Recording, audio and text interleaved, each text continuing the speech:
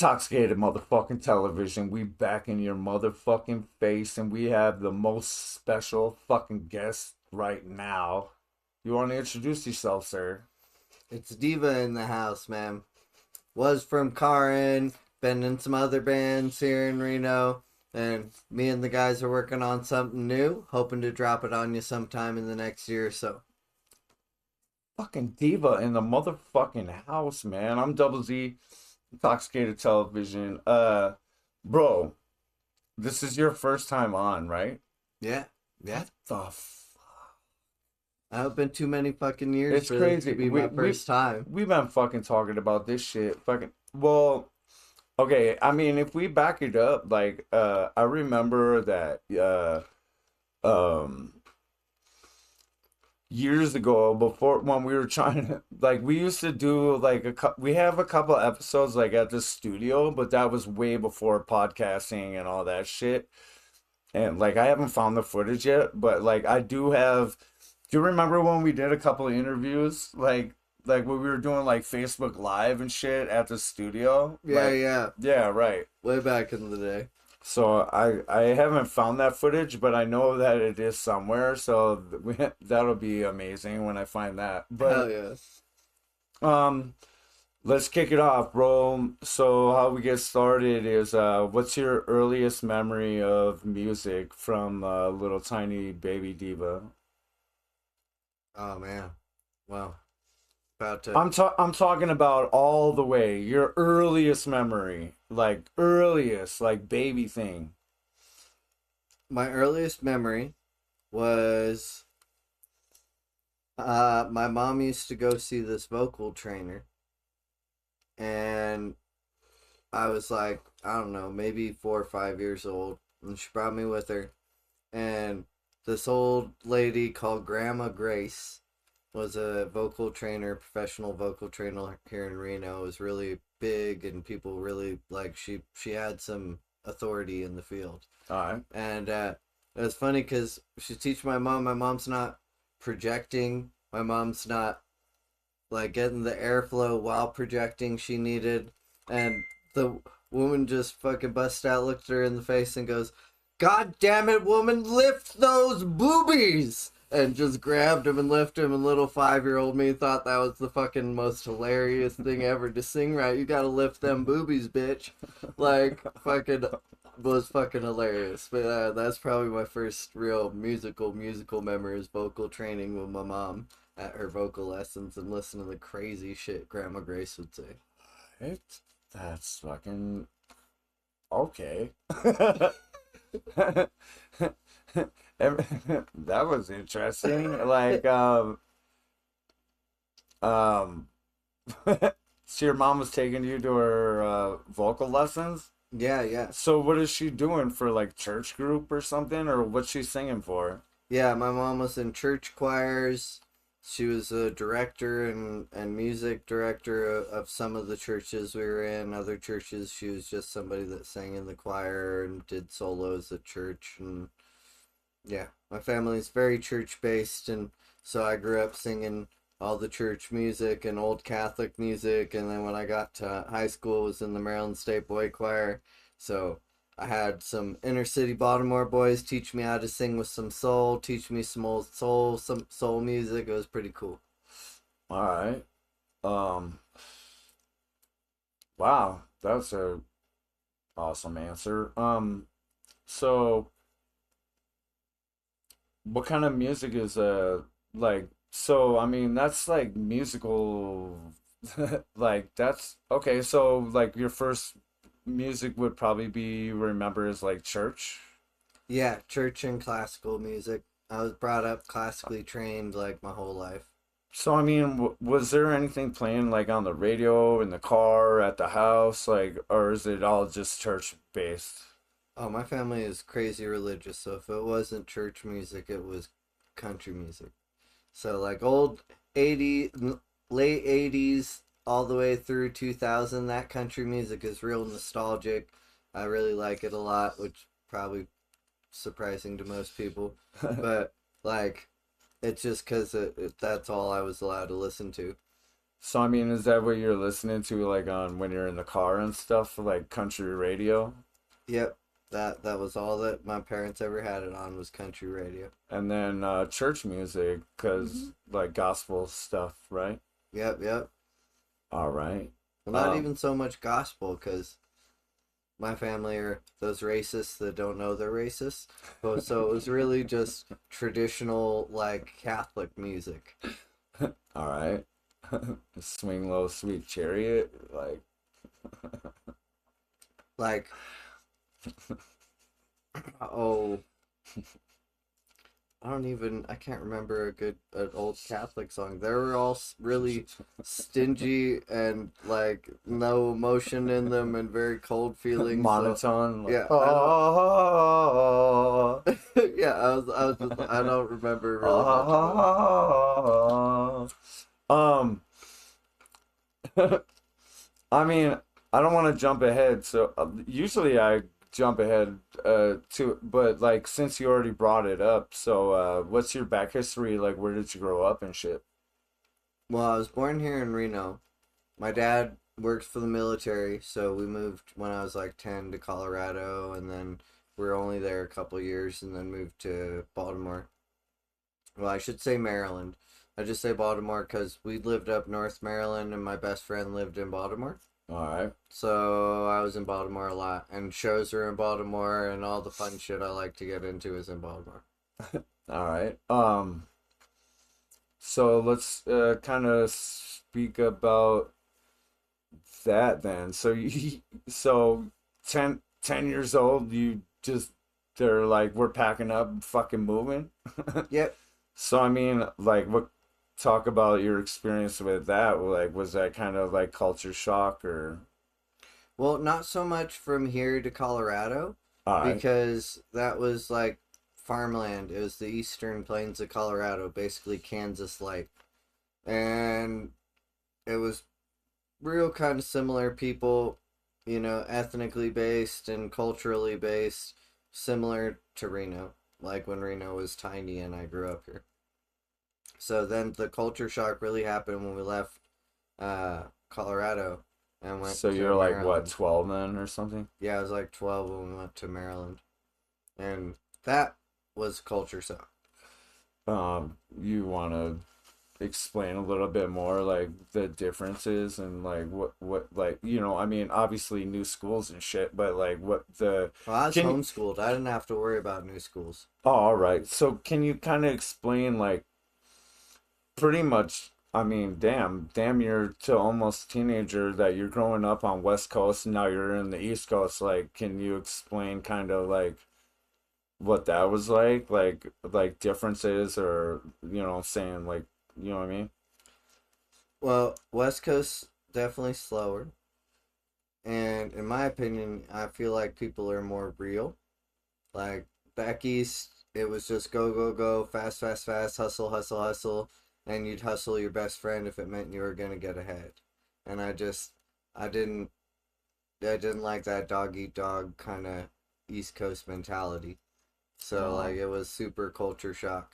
And then, growing up in Reno, it was pretty much all white people here when I grew up as a little boy, and then I moved to Baltimore or to Maryland, and I was in the minority racially, okay. and like it was just I had never been around black people. I'd never seen that culture. I had never experienced like the vivaciousness of a beautiful black grandma that's just loud and boisterous and is all about her shit. Like, so it was a big culture shock, but like probably the best thing that ever happened to me because I was homeschooled, culturally not, associated with anybody outside my church group, my white people here in Reno, like, so I needed to learn some shit, and it was real cool to go back east and realize that there's a million other ways of being. So you're homeschooled this whole time? Like for forever or what? All the way till high school, and then I went to a conservative classical Christian high school where I learned Oh, okay. Latin, logic, oratory, debate. All right. Um, so so it's culture shock because you're getting different ethnicity people, like different stuff, like you're Everybody acted you're different. being exposed to different cultures and shit. But Yeah. like if you're being homeschooled, so how are you like meeting kids and shit like that? Church? Like how is that? Yeah, we're very involved in our church group. My family is very, very, very, very, very, very, very Catholic in like the most intense way you can think. And Maryland is the oldest Catholic state in the nation. All right. We Fun went to facts. church just about every day because they're homeschooled. And me and my brothers were altar servers, and we altar served it like in the National Basilica, and we did all kinds of different things. And every single old lady in Maryland seemed to know those good Catholic Hamilton boys that always altar serve at church. Let's speak on that. Siblings and stuff. Ah, fuck my family. I don't want to talk about them. We no, But yeah, we don't have to touch on anything you don't want to. And we can always cut shit out too, by the way. they're Uh, just a bunch of assholes. all right, fair enough. Well, damn. Let's. I want to still touch a little bit on that before we move on. Like, so homeschool and until high school. Let's talk about before high school. What's your like upbringing like? You know what I'm saying? Like I Church? it's basically you said almost every day you're going to church and shit. Yeah. So like Daily um mass. so like I mean, do you are you are you able to meet any kids like do you know anybody outside of church or it's basically this is what you're doing and Well, there are also homeschool groups with other families. You just connect with other families in your area that also homeschool, all right and then they get their kids together for different, like, and play dates and play shit and, dates or and, like are you like, doing ministries? Are one you knocking mom's on really doors good and at shit? science, so she'll set up, like, a day where we do all these cool experiments over at her house. Like, so, yeah, you met kids through homeschooling, and I was into community sports.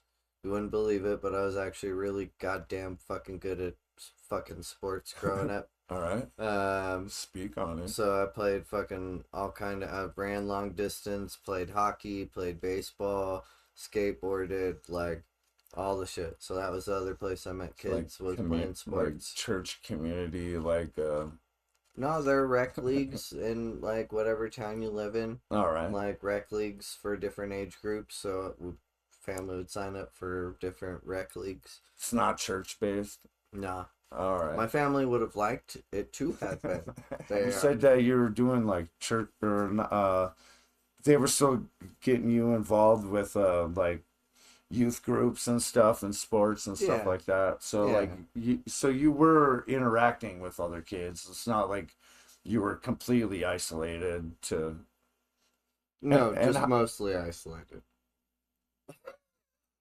like by choice or like No, no, just because my whole life was basically wake up with my brothers. My mom was my teacher, and she screamed at us to clean the house for a majority of the day. And then once she finally stopped screaming, we did our homework.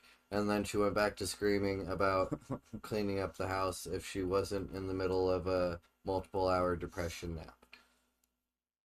So it was kind of shitty. I wanted to get out of the house. I wanted to go to school as soon as freaking possible. And I mean, just the only people you see every day is your mom and your little brothers. It's like, God damn, I would love to see another well, you face. said you're doing sports and shit too. Yeah, but that It's wasn't like every once a day. week or some That was shit, like like a couple times a week or some shit. maybe a couple times a week for the So like did you rec make leagues. friends with these Maybe. people like outside of any like are you having any outside friends or you're just not like you're not able to hang out with other kids? That's the only time that you interact with other kids or what? Yeah, the only time I interacted with other kids was really at the sporting things at practice and games, or if the homeschool group had some kind of get together. But, you know, a good 80% of the time it was just mom and my little brothers. And All right, man. Like, I'm not trying to get, like, bum you out or like dig into weird shit, but like, okay, so let's fast forward. Let's fast forward to high school. So this has got to be a fucking culture shock for you. Now you're like in fully fucking okay, but you said that you're also in a. It was a, like I said, I went to a Lutheran school. What do you call it? Parochial or what? Parochial school. Parochial. So so that's how you enter high school. Yeah. Like, yeah, okay. Because I did the same shit too, man. I was in a fucking, I call it Jesus school. Like, Yep, real Jesus school. Dude, it was. but I did that too until high school, before high school. So I was doing that until high school. So, like, talk about like culture shock. Like, Well, being Catholic, a number of the people asked me when I first started going there, asked me why I was going there, because I wasn't a Christian, I was an idol worshiper. So all the other Christians didn't accept me as Christian in the first place. So it was kind of uncomfortable in the first place. But then it was kind of a cool moment, and this is why I know the Bible better than most people who claim to follow it. And when I was in high school, our Bible teacher at that classical Christian school would give everybody else their Bible class assignments, and then he would start a biblical debate with me in the middle of every class. So other people got assignments, but he wanted to have a basically pure based conversation and debate on why I believed Catholic when he was Presbyterian. And I knew the Bible so well, and that's what he told me. He's yeah, like, right. everybody who's Catholic in this damn state is Catholic because mom and dad were and grandma and grandpa were, but nobody actually know what's in the damn book. And I was like, oh, I know all the things. Right. So he's like, well, I want you to keep studying it because I love these debates that we have.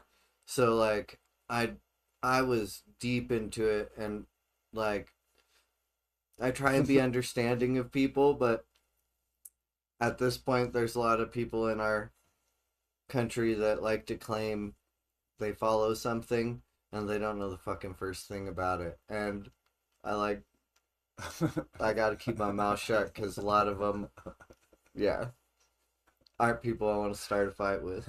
Yo, man, you know what I'm saying? Like, And it's hey, great when the Satanist can tell a motherfucking Christian they don't know their Bible well enough. That tends to piss them off when the Satanist is telling them they should study their Bible a little better.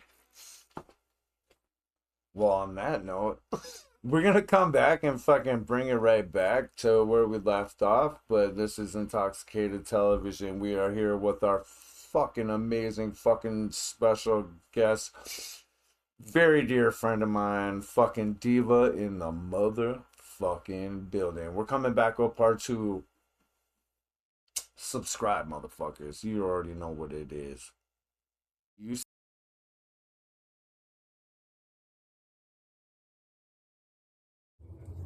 cheers.